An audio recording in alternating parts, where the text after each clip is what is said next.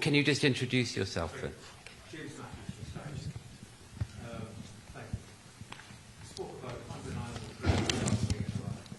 It's also an undeniable truth that when your father ran the country, there were executions, there was torture, there was secret police.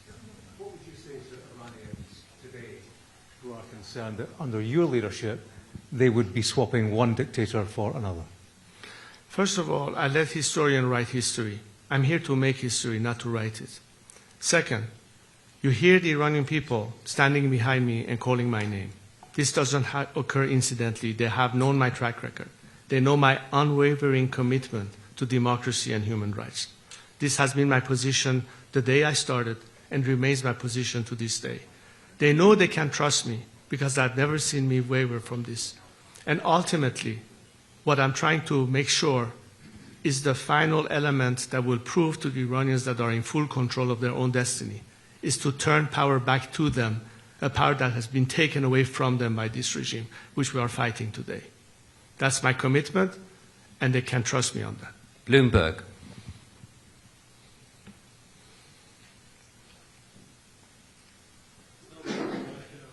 No, I've called Bloomberg, please. Is a gentleman or lady from Bloomberg?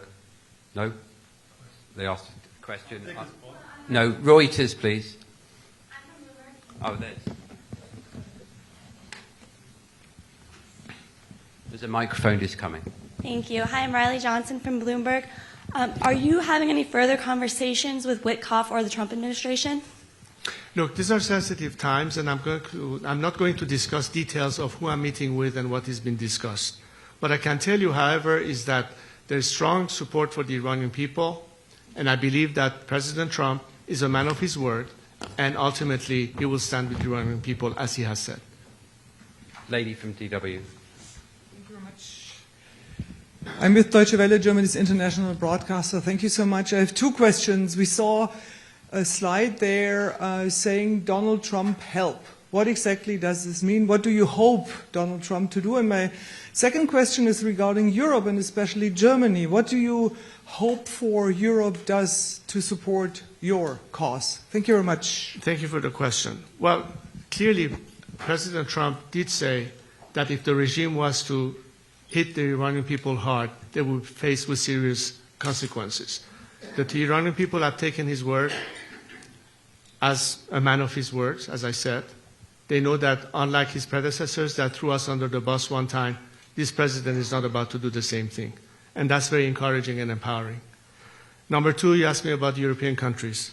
Look, we already are past the point of whether you should subscribe the IRGC as a terrorist organization or not. And frankly, I'm flabbergasted that there are still some countries that are not willing to take the next step, as if they are supposed to worry about how the regime would retaliate. This regime is on its last leg. It's about to collapse. And I think the world, especially the democratic free world, that champions freedom and human rights and equality of citizens, at the face of this regime brutal repression, should act now. I called for them to start acting as opposed to talking. We need your help. We need your action. We need to take all the steps that I've indicated in my opening remarks, all those 6 elements. Anything that can be done in that direction is a moral boost, and beyond moral boost, an actual act of support for a defenseless society and civilians that, as you can see, have been treated in the worst possible way.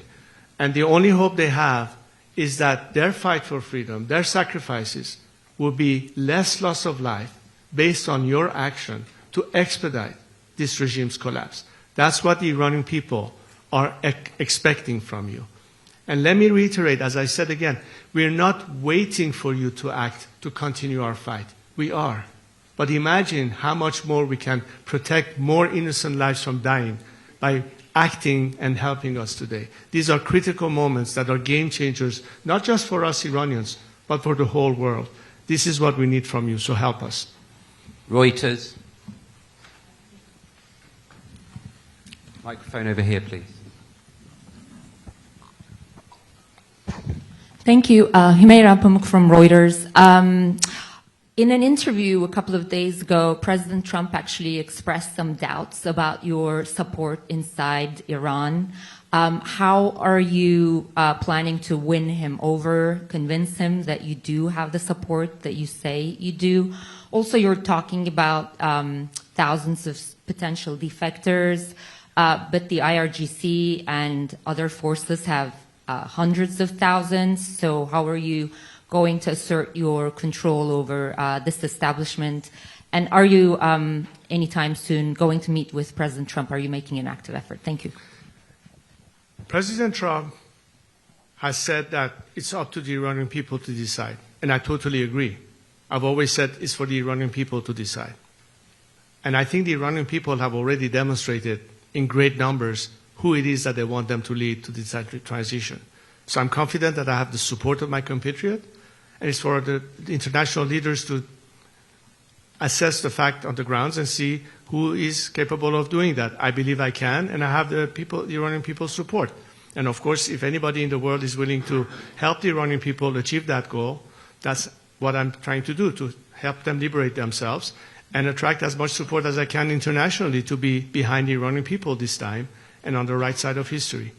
Now, as far as the defection goes, this campaign has started months ago. We started this, in fact, I announced it in another press conference I had in Paris a few months ago. Some of you might have heard about it.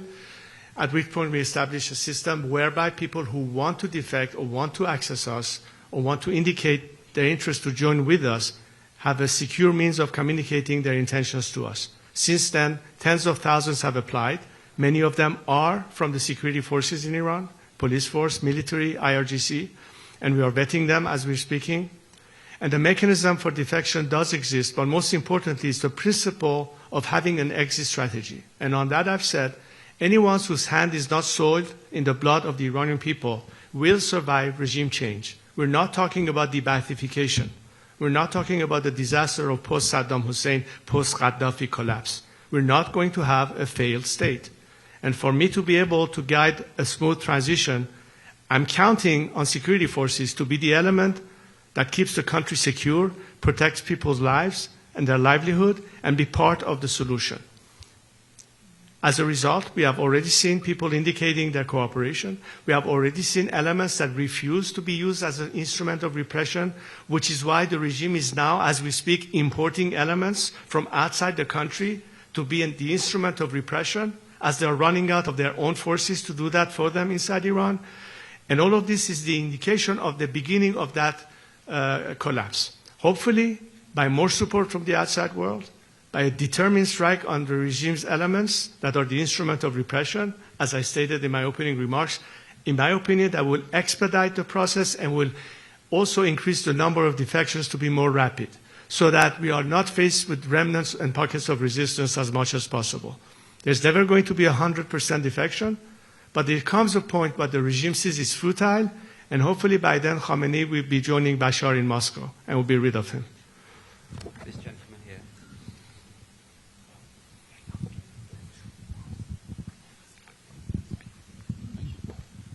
So good morning.